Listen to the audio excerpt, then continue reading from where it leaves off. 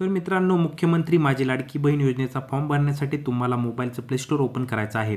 Play store open केल्यावरती जिथं सर्चचं button असेल ना, त्यावरती क्लिक करायचं आहे आणि नारी शक्ती दूत ह्या ॲप्लिकेशनला तुम्हाला डाउनलोड करून घ्यायचं आहे. तर ॲप्लिकेशन थ्रू आपण ऑनलाईन अर्ज करणार आहोत. तर तुम्ही इथं पाहू शकता, नारी शक्ती दूतचा जो सिम्बॉल दिसत आहे ना फेट्याचा, त्या ॲप्लिकेशनला तुम्हाला इन्स्टॉल करून घ्यायचं आहे. 10-11 MBचं ॲप्लिकेशन असेल ते तुम्ही डाउनलोड करून ओपन करून घ्या.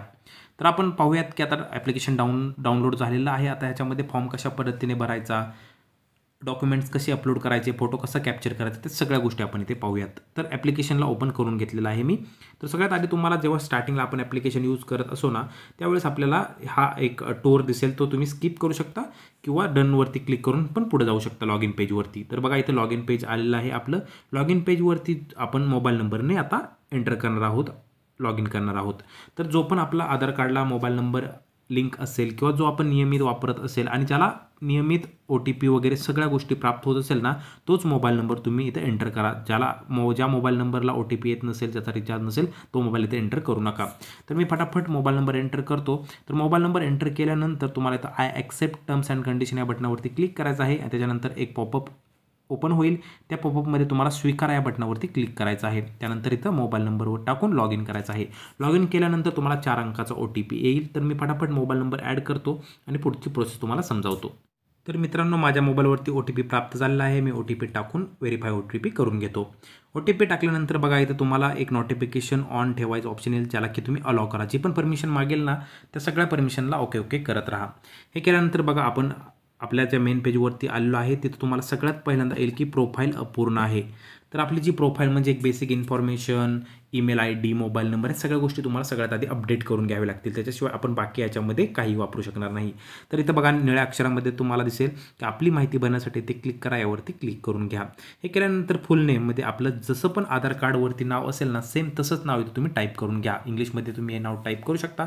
हे नाव टाईप केल्यानंतर ईमेल ID तुम्ही टाकून घ्या. ईमेल ID असं कंपल्सरी नाही की तुम्हाला ईमेल ID टाकायलाच पाहिजे, पण जर ईमेल ID तुमचा चालू असेल, तुम्ही वापरत असाल, तर ईमेल ID पण टाकून घ्या. त्याच्यानंतर डिस्ट्रिक्टमध्ये जिल्ह्याचं नाव सिलेक्ट करा. ज्या पण जिल्ह्यात तुम्ही राहता ना, त्या जिल्ह्याचं नाव सिलेक्ट करा. म्हणजे आधार कार्डवरती जो पण जिल्हा असेल तो तुम्ही टाकू शकता. त्याच्यानंतर तालुक्यामध्ये सगळे तुम्ही जिल्हा सिलेक्ट केल्यानंतर जे पण तालुके असतील त्या जिल्ह्यामध्ये तुम्हाला पाहायला भेटतील, तो तालुका तुम्ही सिलेक्ट करून घ्या. त्याच्यानंतर सगळ्यात लास्ट इम्पॉर्टंट जो ऑप्शन आहे ना, नारी शक्ती प्रकार, त्याच्यामध्ये खूप सारे ऑप्शन्स पाहायला भेटतील तुम्हाला. सामान्य महिला, बचत गट अध्यक्ष, बचत गट सचिव, गृहिणी, अंगणवाडी सेविका, ग्रामसेवक, वार्ड अधिकारी. तर ज्या पण नोकरी व्यवसाय करत आहेत ना, त्यांनी ह्या गोष्टीपैकी जे पण त्यांना सुटेबल असेल, काही जण असतील ते ग्रामसेवक असतील, काही जण सेतू केंद्रावरती काम करत असतील, अंगणवाडी का सेविका असतील, ते तशा पद्धतीने ते ऑप्शन क्लिक करून घ्या. आणि बाकीच्या ज्या महिला आहेत ना, त्या गृहिणी किंवा सामान्य महिला या दोन्हीपैकी एका ऑप्शनला क्लिक करून पुढे जाऊ शकता. त्यानंतर तुम्हाला इथं अपडेट करा या ऑप्शनवरती क्लिक करायचं आहे आणि तुमच्या सगळ्या माहिती अपडेट करून घ्यायच्या आहेत. तर मी फटाफट सगळ्या माहिती भरतून तुम्हाला पुढची प्रोसेस समजावतो. संपूर्ण माहिती अचूकपणे भरल्यानंतर तुम्हाला अपडेट करा या बटनावरती क्लिक करायचं आहे. अपडेट करायच्यावरती क्लिक केल्यानंतर तुम्हाला इथं बघा, तुमची सगळी प्रोफाईल माहिती तुम्हाला दिसून येईल.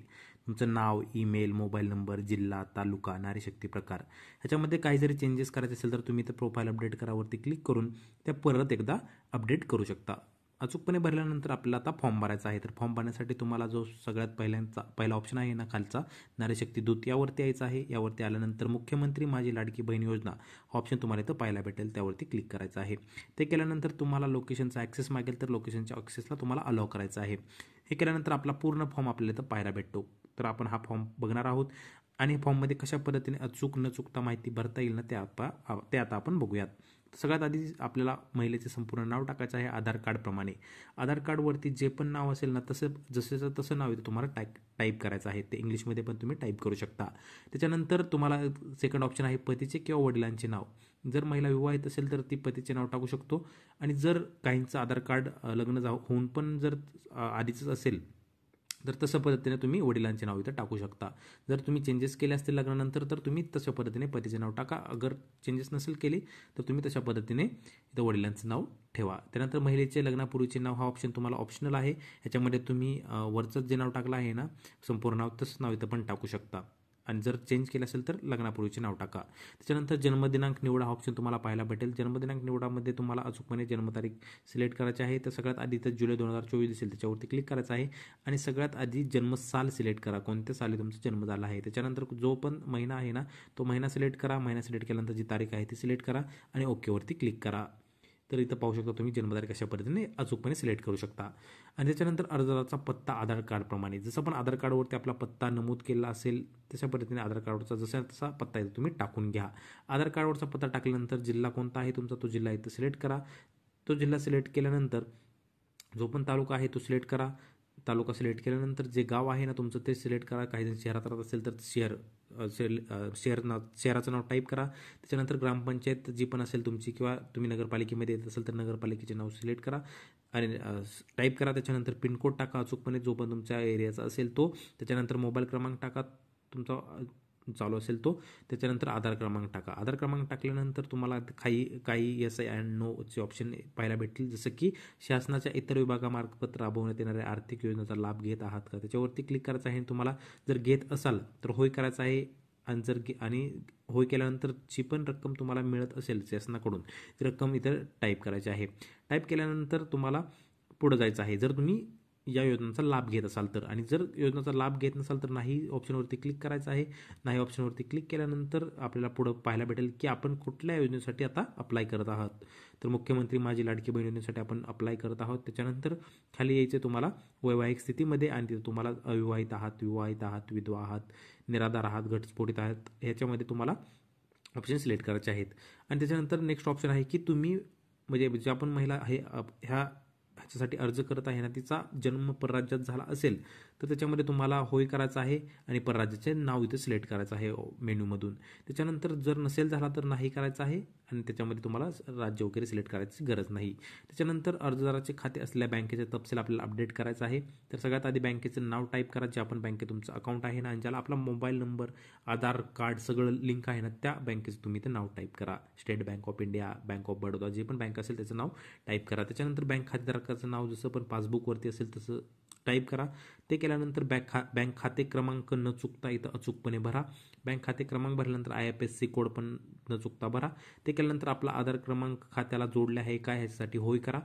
आणि जर खात्याला आधार क्रमांक जोडला नसेल तर सगळ्यात आधी तुम्ही लवकरात लवकर खात्याला आधार क्रमांक लिंक करून घ्या जेणेकरून तुम्हाला याचं जे 1500 रुपये असतील महिन्याला ते येतील, अन्यथा येणार नाही जर आधार कार्ड लिंक नसेल बँकेसोबत तर. त्याच्यानंतर खालील सर्व कागदपत्रे अपलोड करण्यात यावी. तर आपल्याला काय काय कागदपत्रे लागणार आहेत सगळ्यात पहिल्यांदा आधार कार्ड. तर आधार कार्ड सगळ्यांकडेच असेल तर आधार कार्डचा आपण इथं डायरेक्ट फोटो पण काढू शकतो किंवा गॅलरीमध्ये जर आधीच फोटो असेल तर तिथून सिलेक्ट करू शकतो. गॅलरीमधून घ्या किंवा डायरेक्ट फोटो काढू शकता. आणि मॅक्झिमम साईज ह्याची 5 MB असली पाहिजे. त्याच्यामुळे जर तुमची ह्याची साईज जास्त असेल ना तर तुम्ही कॉम्प्रेसरचे ॲप्लिकेशन येतात काही इमेज रिसायझर म्हणून ते वापरून तुझा ह्याची साईज कमी करू शकता किंवा व्हॉट्सअपवरती एखाद्याला पाठवून त्याला परत आपल्याला ते फोटो पाठवून घ्या, त्याची साईज ऑटोमॅटिकली कमी होऊन जाईल. तर हे आधार कार्ड अपलोड करा. आधार कार्ड अपलोड केल्यानंतर तुम्हाला इथं दुसरं काय अपलोड करायचं आहे सेकंड डॉक्युमेंट, ते म्हणजे रहिवासी दाखला, आदिवासी प्रमाणपत्र, जन्म प्रमाणपत्र किंवा शाळा सोडल्याचा दाखला. या तिन्हीपैकी एक. जर तुमच्याकडे रहिवासी दाखला असेल तर रहिवासी दाखला तुम्ही सिलेक्ट करू शकता. 15 वर्षापूर्वीचं रेशन कार्ड असलं पाहिजे. मतदान कार्ड पण 15 वर्षापूर्वीचं असलं पाहिजे. तर हे जन्म प्रमाणपत्र आणि शाळा सोडलेला दाखला आहे 4 गोष्टी आपल्याला अपलोड करायच्या आहेत. ज्यांच्याकडे रेशन कार्ड असेल 15 वर्षापूर्वीचे ते अचूकपणे ते कॅप्चर करून त्यांचे नाव वगैरे जसे असतील ना तशा पद्धतीने इथं कॅप्चर करून अपलोड करा. त्याच्यानंतर मतदार ओळखपत्र असेल तर ते पण तुम्ही इथं अपलोड करा. मग ह्याला ऑप्शन्स आहेत. आदिवासी प्रमाणपत्र असेल तर ते आदिवासी प्रमाणपत्र सिलेक्ट करा किंवा जन्म प्रमाणपत्र किंवा शाळा सोडलेला दाखला याच्यापैकी एक. त्याच्यानंतर तिसरं डॉक्युमेंट आपल्याला लागणार आहे ते उत्पन्नाचा दाखला किंवा पिवळं किंवा केसरी रेशन कार्ड.